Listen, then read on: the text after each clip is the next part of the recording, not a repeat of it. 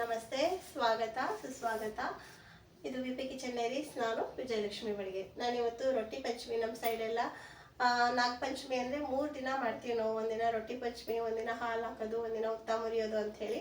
ಇವತ್ತು ಹಾಗೆ ರೊಟ್ಟಿ ಪಂಚಮಿ ಇವತ್ತು. ನಾನಿವತ್ತು ಏನು ಹಚ್ಚಿ ರೊಟ್ಟಿ ಮಾಡೋದನ್ನ ತೋರಿಸ್ತೀನಿ. ಇನ್ನು ಮತ್ತೆ ಏನು ವಿಡಿಯೋ ಮಾಡೋಕ್ಕಾಗುತ್ತೋ ಅದು ಮಾಡ್ತೀನಿ. ಇವಾಗ ಬನ್ನಿ ನಾವು ರೊಟ್ಟಿ ಮಾಡೋಣ. ನೋಡಿ, ಒಂದು ಪಾತ್ರೆ ತಗೊಳ್ಳೋಣ. ಇದು ಅಲ್ಯೂಮಿನಿಯಂ ಪಾತ್ರೆನೇ ತಗೋಬೇಕು, ದಪ್ಪ ಇರೋದು. ನಾನು ಸ್ವಲ್ಪ ಮುದ್ದೆ ಮಾಡಿಕೊಂಡು ರೊಟ್ಟಿ ಮಾಡಬೇಕು, ಅದಕ್ಕೋಸ್ಕರ ನಾನು ಅಲ್ಯೂಮಿನಿಯಂ ಪಾತ್ರೆನೇ ತಗೊಂಡಿದ್ದೀನಿ, ದಪ್ಪ ತಳ ಇರೋದು. ಇವಾಗ ಇದಕ್ಕೆ ಮುದ್ದೆ ಮಾಡೋದಕ್ಕೆ ನೀರು ಹಾಕ್ಕೊಳ್ಳೋಣ. ನಮ್ಮ ಸೈಡ್ ನಾವು ಯಾವಾಗಲೂ ರೊಟ್ಟಿ ಪಂಚಮಿಗೆ ಈ ಥರ ತೆಳ್ಳಗೆ ಎಳ್ಳು ಹಚ್ಚಿ ರೊಟ್ಟಿ ಮಾಡ್ತೀವಿ, ಸಜ್ಜಿ ರೊಟ್ಟಿ ಮಾಡ್ತೀವಿ. ಸಜ್ಜಿ ರೊಟ್ಟಿ ನೆನ್ನೆನೇ ಮಾಡಿಟ್ಟಿದ್ದೀನಿ. ಇದನ್ನು ಇವತ್ತು ನೈವೇದ್ಯಕ್ಕೆ ಅಂತ ಮಾಡ್ತಾ ಇರೋದು. ಹಾಗಾಗಿ ಇವಾಗ ಇದು ನೀರು ಕಾಯಬೇಕು. ಅಷ್ಟೊತ್ತಿಗೆ ನಾವು ನಾನು ಎಲ್ಲ ಜಲ್ದಿ ಮಾಡಿ ಕ್ಲೀನಾಗಿ ಮಾಡ್ಕೊಂಡಿರೋ ಹಿಟ್ಟು ತೊಗೊಂಡಿದ್ದೀನಿ. ಇಲ್ಲಿ ಹಾಕೋತೀನಿ ರೊಟ್ಟಿ ಮಾಡೋದು. ನೋಡಿ, ಹಾಕೋತಾ ಇದ್ದೀನಿ. ಇದೊಂದು ಸ್ವಲ್ಪ ಹಿಟ್ಟು ಹಾಕ್ಕೊಂಡು ನಾನು ಮತ್ತೆ ಇಲ್ಲಿ ಮುದ್ದೆಗೂ ಕೂಡ ಹಿಟ್ಟು ಹಾಕಿ ತಿರುಗಿಸಿ ಮುದ್ದೆ ಮಾಡಬೇಕು. ನೀರು ಕಾಯಬೇಕು. ಇದು ಇವಾಗ ನೀರು ಮಳ್ತಾ ಇದೆ. ಅದಕ್ಕೆ ಎಷ್ಟು ಹಿಡಿಸುತ್ತೋ ಅಷ್ಟು ನಾವು ಹಿಟ್ಟು ಹಾಕೋಬೇಕು.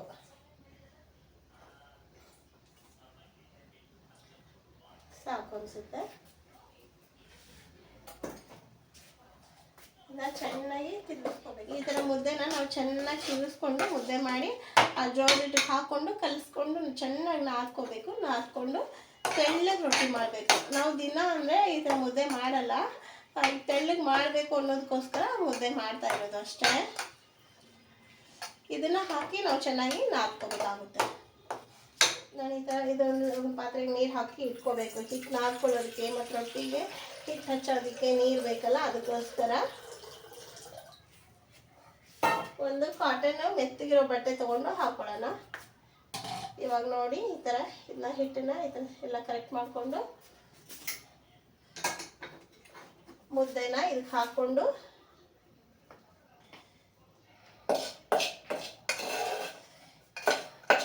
ನಾವು ಇದರಲ್ಲೇ ನೀರು ಕೂಡ ಹಾಕ್ಕೋಬೋದು. ಇದರಲ್ಲೇ ನೀರು ಹಾಕ್ಕೊಂಡು ನಾವು ಮಾಡ್ಕೋಬೋದು. ಸದ್ಯಕ್ಕೆ ಆಫ್ ಹಾಕ್ಕೊಳ್ಳೋಣ ಒಲೆನ.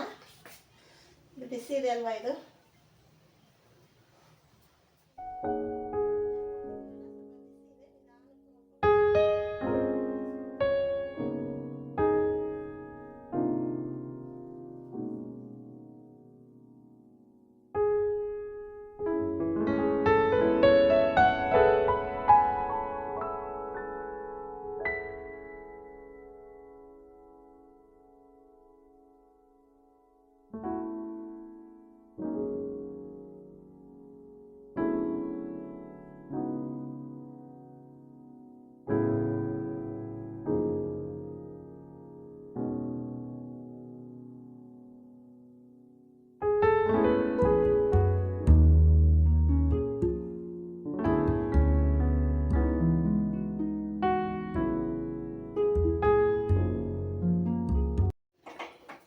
ಹಂಚಿಟ್ಕೊಂಡು ಒಲೆ ಹಚ್ಕೊತಾ ಇದ್ದೀನಿ. ನಾನಿವಾಗ ರೊಟ್ಟಿ ಮಾಡೋದಕ್ಕೆ ರೆಡಿ ಮಾಡ್ಕೊತಾ ಇದ್ದೀನಿ. ಇದೊಂದು ಸ್ವಲ್ಪ ಹಿಟ್ಟು, ಅಕ್ಕಿ ಹಿಟ್ಟು ತೊಗೊಂಡಿದ್ದೀನಿ ನಾನು. ಜೋಳದ ಹಿಟ್ಟು ಕೂಡ ಹಚ್ಕೋಬೋದು. ಅಕ್ಕಿ ಹಿಟ್ಟು ಹಚ್ಚಿದ್ರೆ ಬೇಗ ತಿರುಗುತ್ತೆ, ಅದಕ್ಕೋಸ್ಕರ ನಾನು ಅಕ್ಕಿ ಹಿಟ್ಟು ಹಾಕ್ಕೊಂಡಿದ್ದೀನಿ. ಈ ಥರ ಇಟ್ಕೊಂಡಿದ್ದೀನಿ. ಮೊದಲಂದರೆ ಯಾವಾಗಲೂ ಈ ಥರ ಲಟ್ಸಿ ತಟ್ಟಿನೇ ಮಾಡ್ತಾ ಇದ್ದೆ. ಇವಾಗ ಲಟ್ಸಿ ಮಾಡೋದು ರೂಢಿ ಆಗ್ಬಿಟ್ಟಿದೆ. ಹಾಗಾಗಿ ಇವಾಗ ಲಟ್ಸಿ ಕೂಡ ಮಾಡಿ ತೋರಿಸ್ತಾ ಇದ್ದೀನಿ. ತಟ್ಟೋದಕ್ಕಿಂತ ಲಟ್ಸೋದೇ ಬೇಗ ಆಗುತ್ತೆ.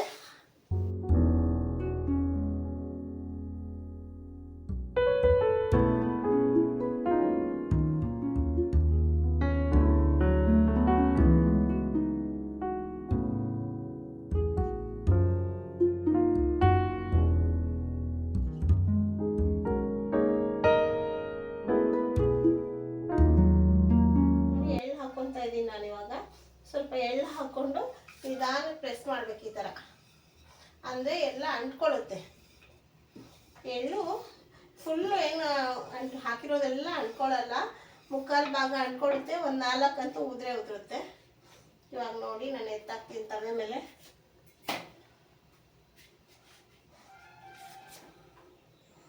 ಇದು ನೀಟಾಗಿ ಬೇಯಬೇಕು. ಇದಕ್ಕೆ ನೀಟಾಗಿ ನೀರು ಹಚ್ಕೋಬೇಕು ಸ್ವಲ್ಪ.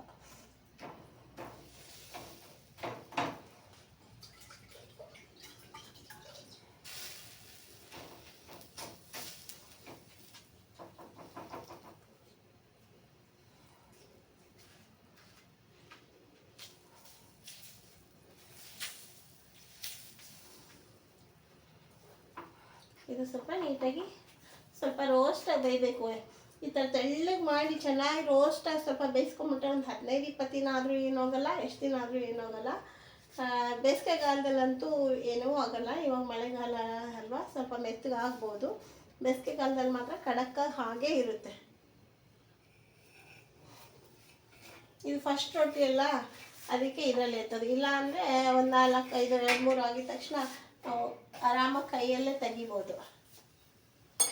ನೋಡಿ ಚೆನ್ನಾಗಿ ನೀಟಾಗಿ ಬೇಯ್ತಾ ಇದೆ. ಒಂದು ಸೈಡ್ ಎಳ್ಳು ಹಚ್ಕೊಂಡ್ರೆ ಸಾಕು ಅಷ್ಟೆ. ಇಲ್ಲ ನಾವು ಮಾಡೋವಾಗ ಈ ಥರ ಹಿಟ್ಟು ತಗೋತೀವಲ್ಲ, ಈ ಥರ ಹಚ್ಬೋದು. ಈ ಥರ ಮಾಡ್ಕೊತೀವಲ್ಲ ನಾವು, ಈ ಥರ ಮಾಡಿದಾಗ ಇಲ್ಲೊಂದು ಸ್ವಲ್ಪ ಎಳ್ಳು ಕೂಡ ಹಚ್ಚಿ ನಾವು ತಟ್ಟಿ ಬೇಯಿಸ್ಕೋಬೋದು. ಆದರೆ ನಾನು ಒಂದು ಸೈಡ್ ಮಾತ್ರ ಹಚ್ಚಿದ್ದೀನಿ. ಆಮೇಲೆ ಇನ್ನು ನಾವು ಮುದ್ದೆ ಮಾಡ್ತಾಯಿರ್ತೀವಿ, ಮುದ್ದೆ ತಿರುಗಿಸ್ತಾ ಇರ್ತೀವಲ್ಲ, ಅದರಲ್ಲಿ ಒಂದು ಚಿಟಿಕೆ ಅರಿಶಿನ ಹಾಕ್ಕೊಂಬಿಟ್ರೆ ಸ್ವಲ್ಪ ಯೆಲ್ಲೋ ಕಲರ್ ರೊಟ್ಟಿ ಸೂಪರಾಗಿರುತ್ತೆ. ನೋಡೋಕೆ ಚೆನ್ನಾಗಿರುತ್ತೆ, ಟೇಸ್ಟ್ ಏನು ಚೇಂಜ್ ಆಗೋಲ್ಲ, ನೋಡೋಕೆ ತುಂಬ ಚೆನ್ನಾಗಿ ಕಾಣಿಸುತ್ತೆ. ಯೆಲ್ಲೋ ಕಲರ್ ರೊಟ್ಟಿ ಥರ.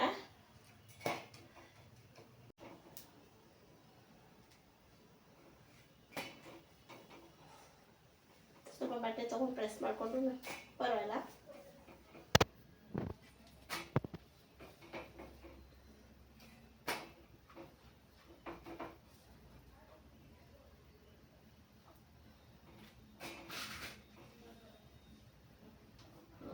ಇಷ್ಟೇ ನೋಡಿ ಹೇಗಾಗಿದೆ ರೊಟ್ಟಿ.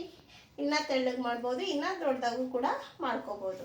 ನೆಕ್ಸ್ಟ್ ರೊಟ್ಟಿ ನಾನು ಮಾಡ್ಕೋತೀನಿ ನೋಡಿ. ಇದು ಕೊರುಜುನ್ಕ ಅಂತ ನಮ್ಮ ಉತ್ತರ ಕರ್ನಾಟಕ ಸೈಡಲ್ಲಿ ಕೊರುಜುನ್ಕ, ಎಣ್ಗಾಯಿ, ಬದ್ನಿಕಾಯಿ ಪಲ್ಯ, ಮಡಕೆಕಾಳು ಪಲ್ಯ, ಪಚ್ಚಡಿ ಎಲ್ಲ ಮಾಡಿ ನಾಗರ ಪಂಚಮಿ ಹಬ್ಬಕ್ಕೆ ಅಂತ ರೊಟ್ಟಿ ಪಂಚಮಿ ಹಬ್ಬ ಮಾಡೋದಿದೆಲ್ಲ. ಈ ರೊಟ್ಟಿ ಪಂಚಮಿಗೆ ನಾನು ಕೂಡ ಇದನ್ನೆಲ್ಲ ಮಾಡಿದ್ದೀನಿ. ಇದನ್ನು ಕೊರುಜುನ್ಕ ಮತ್ತು ಎಣ್ಗಾಯಿ ಬದ್ನಿಕಾಯಿ ಪಲ್ಯನ ನಾನು ಆಲ್ರೆಡಿ ಅಪ್ಲೋಡ್ ಮಾಡಿಬಿಟ್ಟಿದ್ದೀನಿ. ನೀವು ನಮ್ಮ ಚಾನಲಲ್ಲಿ ಹೋಗಿ ಚೆಕ್ ಮಾಡ್ಕೊಳ್ಳಿ, ಅದರಲ್ಲಿ ಸಿಗುತ್ತೆ. ನೀವು ಕೂಡ ಮಾಡ್ಕೊಳ್ಳಿ. ಇವಾಗ ಬನ್ನಿ, ಇವಾಗ ಮಡಕೆಕಾಳು ಪಲ್ಯ ಮಾಡ್ತೀನಿ. ಮಡಕೆಕಾಳು ಪಲ್ಯ ಮಾಡೋದಕ್ಕೆ ಬಾಣಲಿ ಇಟ್ಕೊಂಡಿದ್ದೀನಿ. ಸ್ವಲ್ಪ ಎಣ್ಣೆ ಹಾಕ್ಕೊಳ್ಳೋಣ.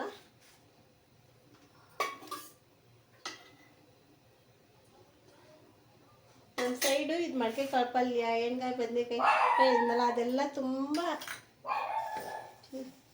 ನಮ್ಮನೆಗೆ ಚರಿ ಬೊಗಳ್ತಾ ಐತೆ. ಏನೋ ಬಂದಿರಬೇಕು.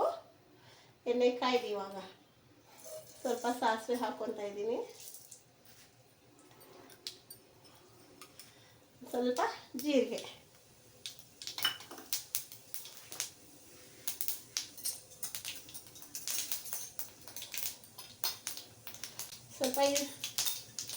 ಸ್ವಲ್ಪ ಈರುಳ್ಳಿನೂ ಹಾಕ್ಕೊತಾ ಇದ್ದೀನಿ. ಇದಕ್ಕೆ ಎಷ್ಟು ಬೇಕೋ ಅಷ್ಟು ಹಾಕಿ.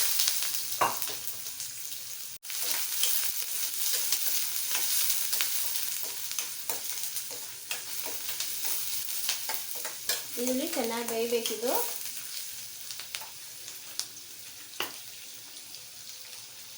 ಒಂದು ಕಡ್ಡಿ ಕರ್ಬೇವಿನ ಸೊಪ್ಪು ಹಾಕ್ಕೊತಾ ಇದ್ದೀನಿ.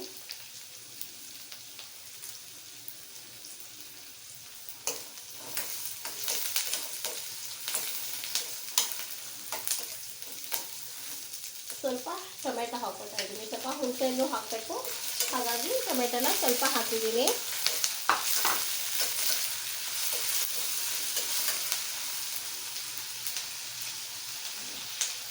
ಇದು ಹಸಿಮೆಣಸಿನ್ಕಾಯಿ ಚಟ್ನಿ. ನಾವು ಎಲ್ಲ ಪಲ್ಯಗೂ ಮಾಡಿ ಇಟ್ಕೊಂಡಿರ್ತೀವಿ. ಈ ಥರ ಹಸಿಮೆಣಸಿನ್ಕಾಯಿ ಚಟ್ನಿ ಹಾಕ್ಕೊಂಡಿದ್ದೀನಿ. ಹಸಿಮೆಣಸಿನ್ಕಾಯಿ ಚಟ್ನಿನೂ ಕೂಡ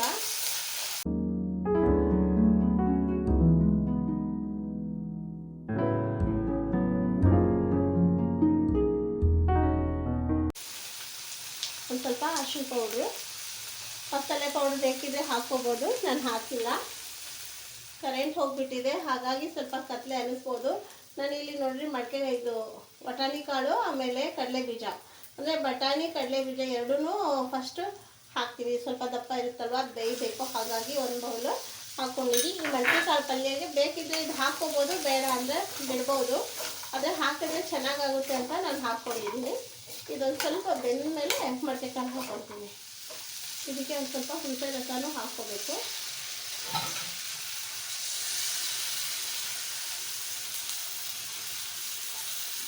ಸಾಕು, ಟೊಮೆಟೊನೂ ಹಾಕಿದ್ದೀನಿ ಅಲ್ವಾ, ಇಷ್ಟು ಸಾಕು.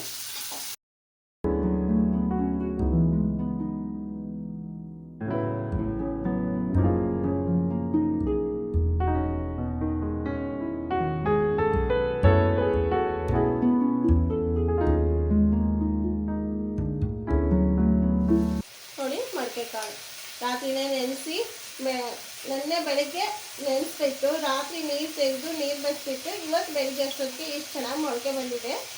ಇವಾಗ ಇದು ನಾವೇನು ಬಟಾಣಿ ಕಾಳು ಆಮೇಲೆ ಶೇಂಗಾ ಕಾಳು ಕಡಲೆಗೆ ಹಾಕ್ಕೊಂಡಿದ್ದೀವಲ್ಲ, ಅದಕ್ಕೆ ಇದನ್ನು ಹಾಕೊಳ್ಳೋಣ.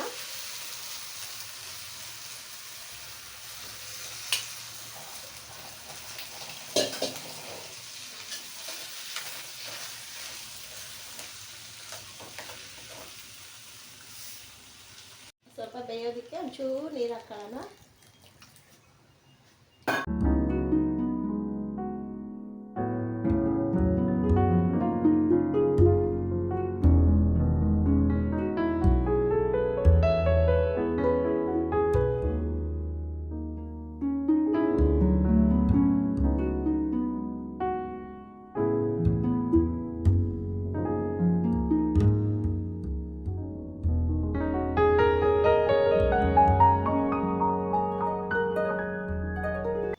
ಸ್ವಲ್ಪ ಗುರೆಳ್ ಪುಡಿ,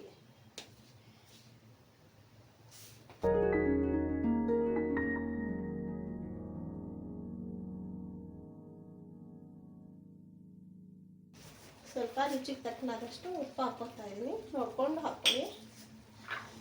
ಸ್ವಲ್ಪ ಬೆಲ್ಲ ಹಾಕೋತಾ ಇದ್ದೀನಿ. ಆಯ್ತು, ಇವಾಗ ಇಷ್ಟೇ ಇದೆ, ಎಲ್ಲ ಹಾಕಿದ್ದೀನಿ, ನೆನ್ಕೊಂಡಿದ್ದೀನಿ. ಚೆನ್ನಾಗಿ ಒಂದ್ಸತಿ ಕುದ್ಬಿಡ್ಲಿ ಅಷ್ಟೇ.